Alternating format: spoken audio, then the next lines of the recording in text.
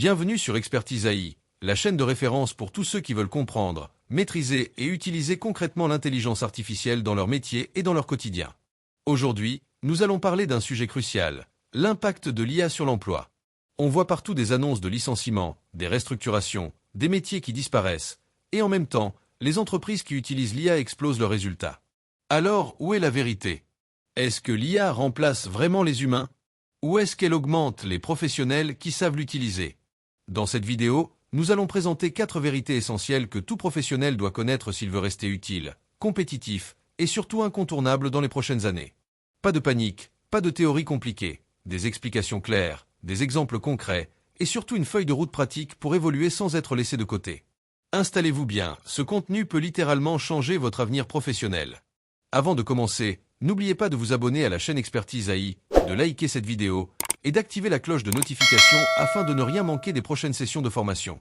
Laissez votre commentaire juste en dessous si vous avez un besoin de formation individuelle, une formation en groupe ou en institution, ou simplement une question ou un domaine que vous souhaitez approfondir. Un membre de notre équipe vous contactera rapidement pour organiser cela avec vous, dans les meilleurs délais. Invitation au groupe WhatsApp gratuit. Nous mettons également à votre disposition un groupe WhatsApp de formation gratuite, où nous partageons régulièrement des ressources, des guides, des exercices et des annonces de sessions live. Le lien pour rejoindre le groupe WhatsApp est disponible dans la description de cette vidéo. Rejoignez-nous maintenant pour faire partie de la communauté. Installez-vous, respirez, et entrons ensemble dans le monde fascinant de l'IA générative. Bonjour et bienvenue. Aujourd'hui, on plonge dans un sujet qui est vraiment sur toutes les lèvres. L'intelligence artificielle, le machine learning. Bonjour, oui, un sujet brûlant. Exactement. Et pour essayer d'y voir plus clair, on va s'appuyer sur une présentation assez éclairante d'experts de la chaîne Le Coinsta. L'idée, c'est quoi? C'est de dépasser un peu le bruit ambiant Mhm. et de sortir 4 vérités, on va dire, essentielles pour les professionnels qui naviguent dans ce monde du travail en pleine mutation. Une sorte de boussole, quoi. C'est ça, une boussole. Parce qu'on entend IA, IA, IA partout, mais qu'est-ce que ça signifie concrètement pour notre travail, pour nos compétences? Oui, aller au-delà de l'acronyme. Voilà.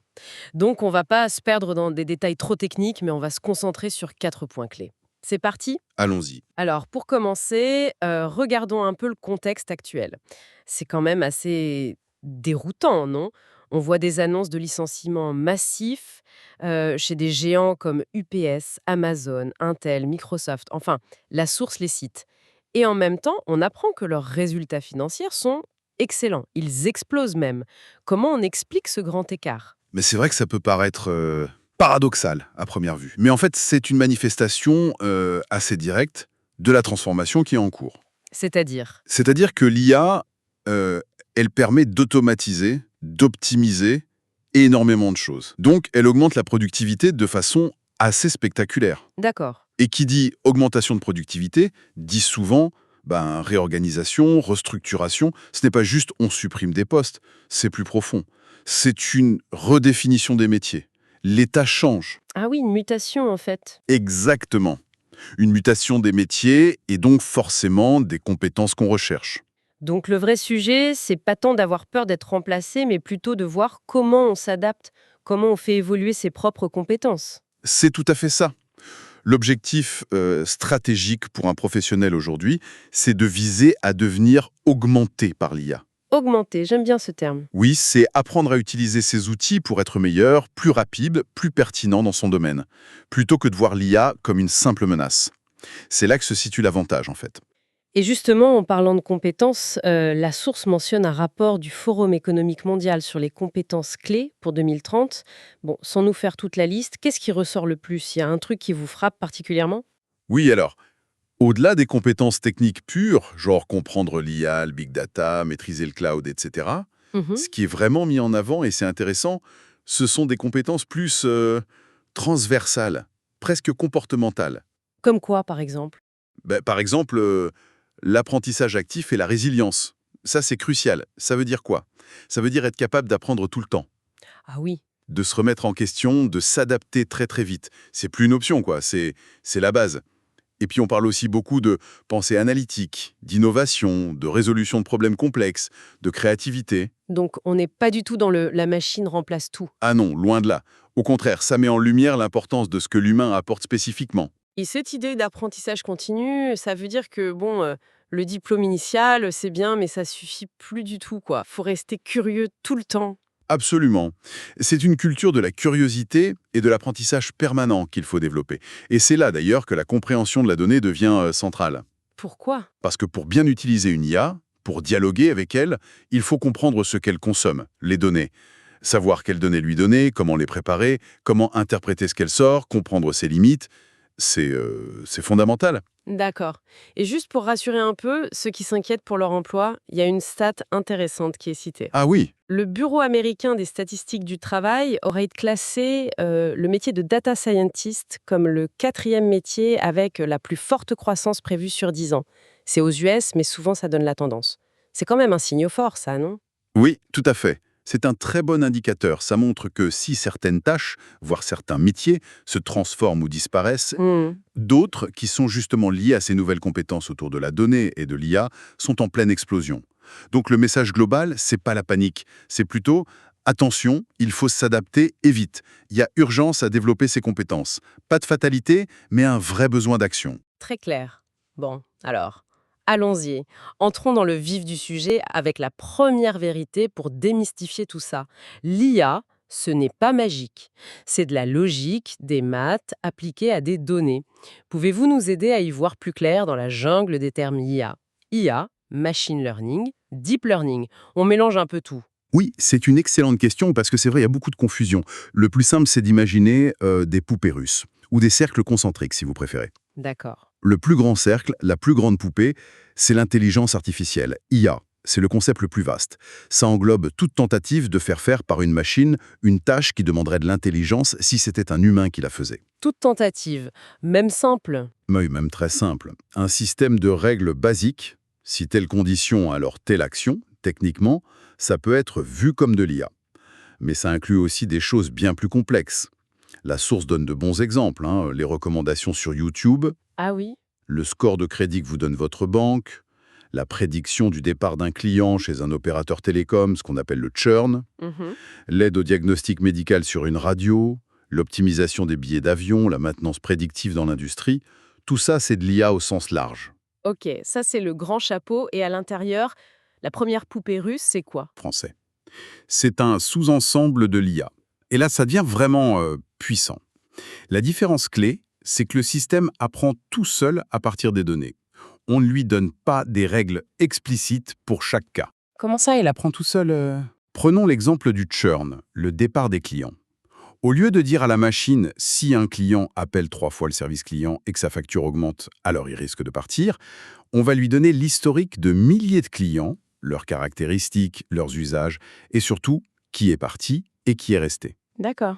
Et l'algorithme de ML va lui-même chercher les points communs, les patterns, les signaux faibles qui précèdent un départ. Il apprend de l'expérience contenue dans les données. C'est ça l'apprentissage automatique. Le score de crédit fonctionne souvent comme ça aussi, en apprenant des remboursements passés. Je vois. C'est là que le mot apprentissage prend tout son sens. Et après, on entend beaucoup parler de deep learning, surtout pour les images et le langage. C'est encore autre chose, c'est juste du ML plus gros. C'est une famille d'algorithmes spécifiques à l'intérieur du machine learning. Donc oui, c'est un sous-ensemble du ML, encore une poupée russe plus petite, le deep learning, DL, ou apprentissage profond. Et qu'est-ce qu'il a de si profond? Sa structure. Il utilise des réseaux de neurones artificiels avec beaucoup de couches cachées, d'où le terme profond. Ces architectures sont inspirées très lointainement du cerveau humain. Et elles se révèlent particulièrement efficaces pour traiter des données très complexes et pas forcément bien structurées, comme... Les images, le son. Exactement. Les images, les vidéos, le son, le langage naturel, la reconnaissance faciale sur votre smartphone, la traduction automatique, les assistants vocaux, tout ça repose beaucoup sur le deep learning. C'est aussi la technologie derrière AlphaGo qui a battu le champion du monde de Go, ou derrière les grands modèles de langage comme GPT-4. D'accord. Ça demande beaucoup de données et de calculs, j'imagine. Énormément. C'est le prix à payer pour ses performances sur des tâches très complexes. Et alors, le dernier buzzword, l'IA générative, la Gen AI. On la met où celle-là? Alors, l'IA générative GenAI, c'est encore un sous-ensemble, principalement issu du deep learning. Sa spécialité, c'est de créer du contenu nouveau. Créer, carrément. Mais y générer du texte, comme ChatGPT ou Claude, générer des images, comme Midjourney ou DALL-E, générer de la musique, du code. Elle apprend les structures, les styles, à partir des données d'entraînement, et ensuite elle peut produire de nouvelles choses qui y ressemblent. Souvent, elle fonctionne en prédisant le mot suivant, le plus probable ou le pixel suivant, etc. Et les fameux LLM, les Large Language Models. Voilà, les LLM sont la technologie clé derrière les IA génératives qui travaillent sur le texte. Parfait, c'est beaucoup plus clair maintenant. On a cette hiérarchie. IA, le grand tout, ML, qui apprend des données, DL, avec ses réseaux de neurones profonds pour le complexe, et GEI, qui crée du contenu. Mais le point commun essentiel, et c'est notre première vérité, c'est que tout ça repose sur de la logique, des maths, et surtout sur les données qu'on leur fournit. Exactement. Pas de magie là-dedans. Et ça nous amène tout droit à la deuxième vérité, qui est logique finalement. Sans données, pas d'IA qui tiennent la route. La source utilise une phrase choc, pas de data, pas de modèle. C'est si radical que ça? Oui, c'est absolument crucial. Et c'est un point qui est parfois un peu oublié dans l'excitation autour des algorithmes. Un modèle d'IA, vous pouvez avoir le plus bel algorithme du monde sur le papier. S'il n'a pas de données pour apprendre, il ne vaut rien. C'est une coquille vide. La source le dit bien, la donnée est la vérité du business. C'est le carburant de l'IA. Si on reprend nos exemples, pour un bon score de crédit, il faut des milliers, des millions d'historiques de crédits passés, avec le résultat, remboursé ou défaut. Logique. Pour la maintenance prédictive d'une machine, il faut l'historique de ses capteurs, de ses pannes. Pour entraîner un modèle de reconnaissance d'images de chat, il faut des milliers d'images de chat. Et pour les grosses IA comme ChatGPT dont on parlait? C'est la même chose, mais à une échelle démentielle. Il a été entraîné sur des quantités astronomiques de textes et de codes venant d'Internet, de livres. Mais attention, ce n'est pas juste une question de quantité brute. Ah bon? Non, il y a eu un travail absolument colossal et souvent invisible de nettoyage, de filtrage, de mise en forme de ces données avant même de pouvoir lancer l'entraînement. C'est pareil pour les IA qui génèrent des images. Elles apprennent à partir de bases de données d'images gigantesques, souvent très soigneusement décrites et étiquetées. D'accord. Et ça soulève une question hyper importante, la qualité de ces données. Si l'IA apprend de ce qu'on lui donne, le fameux garbage in, garbage out, si on met des cochonneries en entrée, on a des cochonneries en sortie, ça s'applique à fond ici. Totalement. C'est un des plus grands défis de l'IA. Si les données d'entraînement sont biaisées, par exemple si elles reflètent des discriminations passées, Oui, l'IA va apprendre ces biais et les reproduire, voire les amplifier. Si les données sont incomplètes, ou pas à jour, ou pas représentatives de la situation réelle où l'IA sera utilisée, eh bien les résultats seront mauvais. Au mieux inutiles, au pire dangereux. donc la qualité, la fraîcheur, la pertinence, l'absence de biais dans les données, c'est non négociable. C'est la condition sine qua non. C'est absolument fondamental pour avoir une IA qui soit fiable, juste et utile. La source donne même un chiffre qui fait un peu froid dans le dos. 80% des projets IA échoueraient à cause de problèmes liés aux données. 80%, c'est juste énorme. Oui, c'est un chiffre qu'on entend souvent. Même s'il faut toujours être prudent avec ces stats globales, ça montre bien à quel point la gestion de la donnée est critique. C'est souvent le parent pauvre des projets IA. On est excité par le modèle, l'algo, Oui, le côté brillant. voilà. Mais si les fondations, c'est-à-dire les données, ne sont pas solides, tout s'écroule. La source cite un chief data officer de SCL qui disait « investir d'abord et avant tout dans ces fondations data ». Parce que, et je cite de mémoire, sans une donnée propre, pertinente et cohérente, l'intelligence artificielle devient vraiment artificielle. Artificiel au sens de superficiel, pas ancré dans le réel. Exactement. Inefficace, voire trompeuse. Ok, donc 1. Logique et donnée. 2. La donnée c'est la clé, attention à la qualité. Abordons maintenant la troisième vérité. Elle touche à une peur très présente. Est-ce que l'IA va nous remplacer? La perspective présentée ici est différente. L'IA viendrait plutôt amplifier nos compétences. Qu'est-ce qu'on entend par là concrètement? Ça veut dire qu'il faut essayer de voir l'IA non pas comme une menace directe, un concurrent qui va prendre notre place, mais plutôt comme un outil. Un outil extrêmement puissant, certes, mais un outil quand même. Un outil pour faire quoi? Pour augmenter nos propres capacités.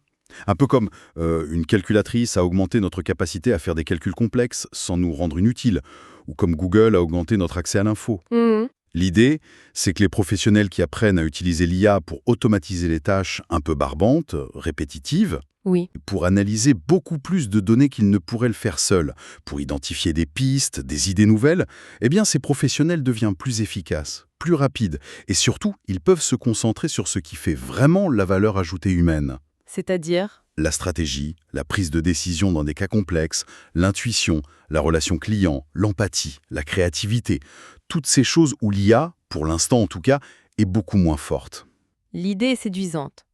Mais soyons honnêtes, ça marche pour tout le monde, ça... Il n'y a pas quand même des tâches, voire des métiers entiers, qui sont juste automatisables et qui vont disparaître, même si d'autres sont augmentés ou à la limite. C'est une question tout à fait légitime. Oui, bien sûr, il est clair que les tâches qui sont très structurées et très répétitives, qu'elles soient manuelles ou intellectuelles d'ailleurs, sont les candidates idéales à l'automatisation. Donc oui, il y aura des transformations profondes et certains postes sous leur forme actuelle vont probablement disparaître ou fortement évoluer. D'accord. Mais même dans ces cas-là, on voit souvent émerger de nouveaux besoins. Des besoins de supervision de ces systèmes automatisés, de maintenance, d'amélioration. Et surtout, pour énormément de domaines, la meilleure performance n'est atteinte ni par l'humain seul, ni par l'IA seule. Mais par les deux ensemble. Exactement. C'est la collaboration homme-machine qui donne les meilleurs résultats. C'est ce qu'on appelle le principe du human in the loop. L'humain reste dans la boucle de décision. Vous avez des exemples concrets de ça? Oui, plein d'eux. En médecine, par exemple, une IA peut analyser une radio et détecter des anomalies potentielles avec une précision parfois surhumaine. Impressionnant. Mais c'est toujours le radiologue qui va interpréter ces alertes en fonction du patient, de son dossier, de son contexte. C'est lui qui pose le diagnostic final et qui en discute avec le patient. L'IA est une aide à la décision, pas le décideur final. D'accord. Autre exemple? Dans le secteur bancaire, pour l'octroi de crédit, l'IA peut calculer un score de risque très rapidement sur la base de plein de données. Mais pour les dossiers un peu limites ou les montants importants, il y aura toujours un conseiller ou un comité qui va regarder le dossier plus en détail, peut-être rencontrer le client et prendre la décision finale. L'IA fournit une recommandation, l'humain décide. Et dans des métiers plus créatifs? L'émotion, l'expérience personnelle, le style, la touche finale qui fait toute la différence. L'IA aide, structure, propose, mais l'humain pilote et crée vraiment. Donc, la clé, c'est vraiment de trouver cette synergie. Ne pas voir l'IA comme un adversaire, mais comme un copilote, un assistant hyper performant. Ceux qui maîtrisent ça deviennent une sorte de professionnel augmenté, mi-humain, mi-IA. C'est une très bonne image, oui. Il s'agit de combiner le meilleur des deux mondes. L'intelligence humaine, avec son jugement, sa compréhension fine du contexte, sa créativité, son éthique aussi, et la puissance de l'IA, sa capacité à traiter des volumes massifs de données, à identifier des patterns complexes. Cette combinaison est beaucoup plus puissante que l'un ou l'autre seul. Ok, très clair. On arrive donc à la quatrième et dernière vérité. Face à cette avalanche quasi quotidienne de nouveaux outils, de nouveaux modèles d'IA, la source cite DeepSeek, Gemini, Claude, mais on pourrait en rajouter des dizaines chaque semaine. Ah oui, c'est un déluge. On peut vite se sentir complètement submergé, voire épuisé, rien qu'à l'idée de devoir tout suivre.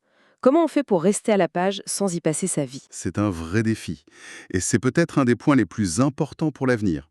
La réponse que donne la source, et je suis tout à fait d'accord, c'est que l'essentiel, ce n'est pas de courir après le dernier outil à la mode. C'est une course sans fin et épuisante. Alors, c'est quoi l'essentiel? C'est de comprendre les principes fondamentaux qui sont derrière tous ces outils.